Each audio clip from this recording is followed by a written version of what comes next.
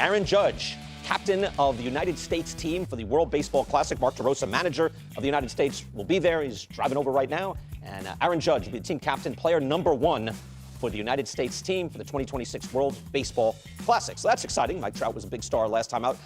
Aaron Judge did not play for the United States last time around. He's playing for them now, so that'll be exciting coming up this afternoon. Jayson Stark is here. He keeps track of these things.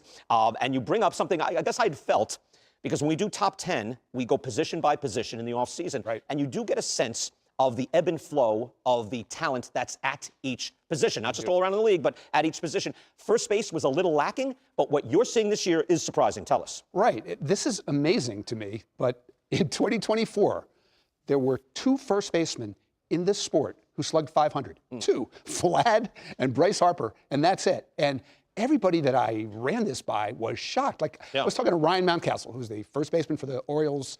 Right, he's actually slugged close to 500 in his time. And I said to Ryan, how many first basemen would you say last year slugged 500? He said, I don't know, 10, 15, 20, 2. The answer is 2. It's the fewest in almost 40 years, Brian. So why would that be? Yeah, that's a great question. And no, I didn't get a good answer on this. It's on my to-do list. And I think one of the things going on is that first base is getting dragged downward by the way offense in general has slid in the sport. What is league average now? The average hitter hits 236. It slugs about 430. Okay, that's batting average, but the power, wherever you would get power, you would think it would be there, unless it's migrated to DH, right? Well, yeah, there has been some of that. The slugging corner outfielder is another thing that has greatly declined. And it's interesting because you still hear people all the time look at a player, break down a player, and say, yeah, he doesn't have the power that profiles at first base. Right, that doesn't play at first. Who does? Right.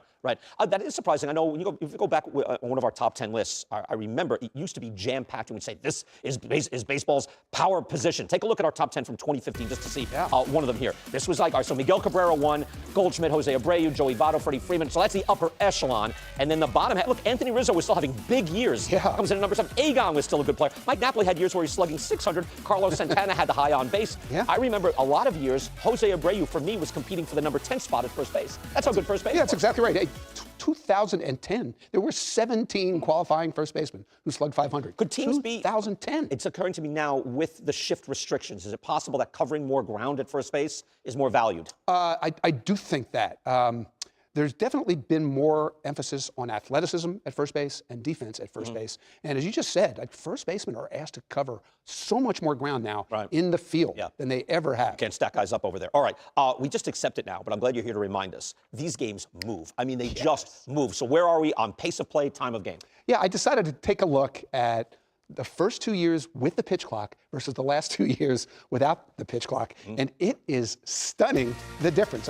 First of all, you just look at the decline in time of game from 2021 to now. We're 34 minutes shorter for the average game. Just dead time. Yeah, I just want you to think about it. That's 1,400 hours of dead time sucked out of the game. Gone. That works out to 57 days worth of dead time. It's 3.5 hours that the average team spends on the field every week. Every week. It's 3.5 hours per week that you're not on the baseball field. It's unbelievable. Isn't that unbelievable? The 3.5 hour game is dead. There used to be like 300 a year. Now it breaks down to about 2 a month. There are none so far this year. It's such a better product, right? It's so much better. But also, it hasn't gotten. You have a but?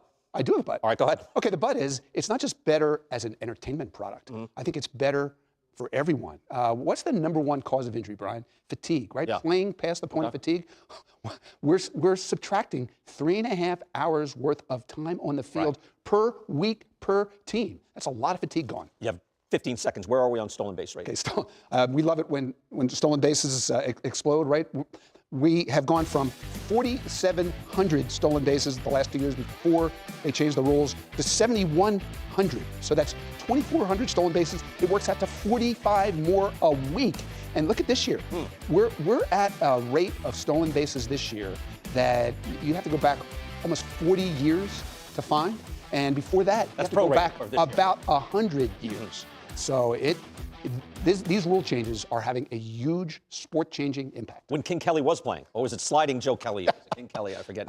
You didn't know. I didn't know King Kelly. You didn't know King Kelly? No. He's a good guy. Made a lot of money. You know how he was. He was the king. Jayson Stark. He was the king. What's up, guys? I'm AJ Andrews, and today I'm joined by the first ever Play Ball ambassador, Kansas City Royal, Bobby Witt Jr.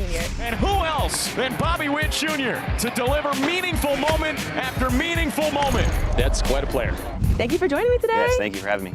So, the Play Ball initiative is all about encouraging everyone to get out and play ball. What does this role mean to you? Yeah, it's huge. It's just kind of who I am. Just growing up, I always just wanted to go outside and play baseball, whatever it was. My dad played baseball. Everyone around my family loved baseball, so just something that when I got the opportunity, it's like, oh yeah, 100%. So I was super pumped, super honored, and just really looking forward to see what we're able to do. Funnel, footwork, fire, and follow your throw. Baseball, you take so much time with the fans, especially with the young fans, before and after the games. And I heard what really encouraged you to do that was your love for Goofy. And we talk about Disney, and Disney movies always try to teach us something. But what did that experience teach you and help you with your approach to how you want to initiate conversation with the fans? Yeah, I put myself in those shoes because I was that kid always wanting an autograph, wanting to meet the player, and just even like going to Disney World, being able to meet Goofy and get an autograph. And so like I was that kid, and so it's just one of those things where like you put yourself in those shoes, like they would give anything to be where I'm at. So it's like if you take 5 minutes, 5 seconds just to say hello or whatever it is. And so it's really cool just to see the reactions of kids' faces and everything. It's an honor to be able to do that, and then that's what makes you work and want to get better, just so you're doing it for the kids, for the fans, and so it's a lot of fun. Did you ever get that autograph from Goofy? Oh yeah, I have it. Yeah. It's somewhere in a little book somewhere, but yeah, I got it. Bobby, you're a 5-tool player. So exciting to watch, whether explosion off the bat or the amazing catches you make in the field. Before we watch you on the main stage, we're watching you in Colleyville, Texas.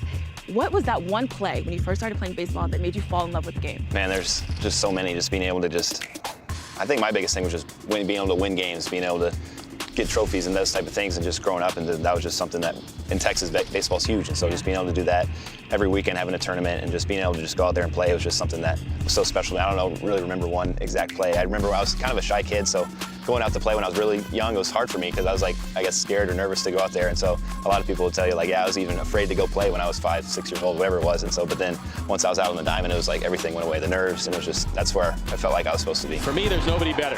Bobby Witt Jr. demolishes. This guy is next level. The love that you feel on the field, what do you feel like every time you step on?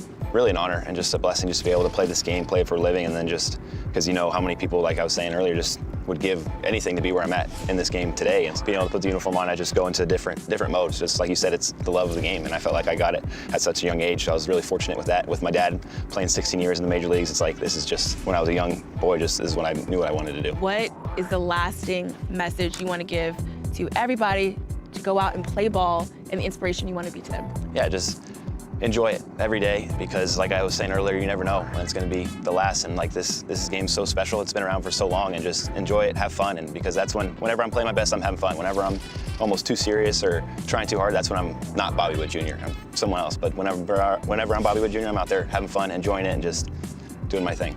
Advice you would give is to stay true to yourself and go out and have fun, and to Play ball. play ball.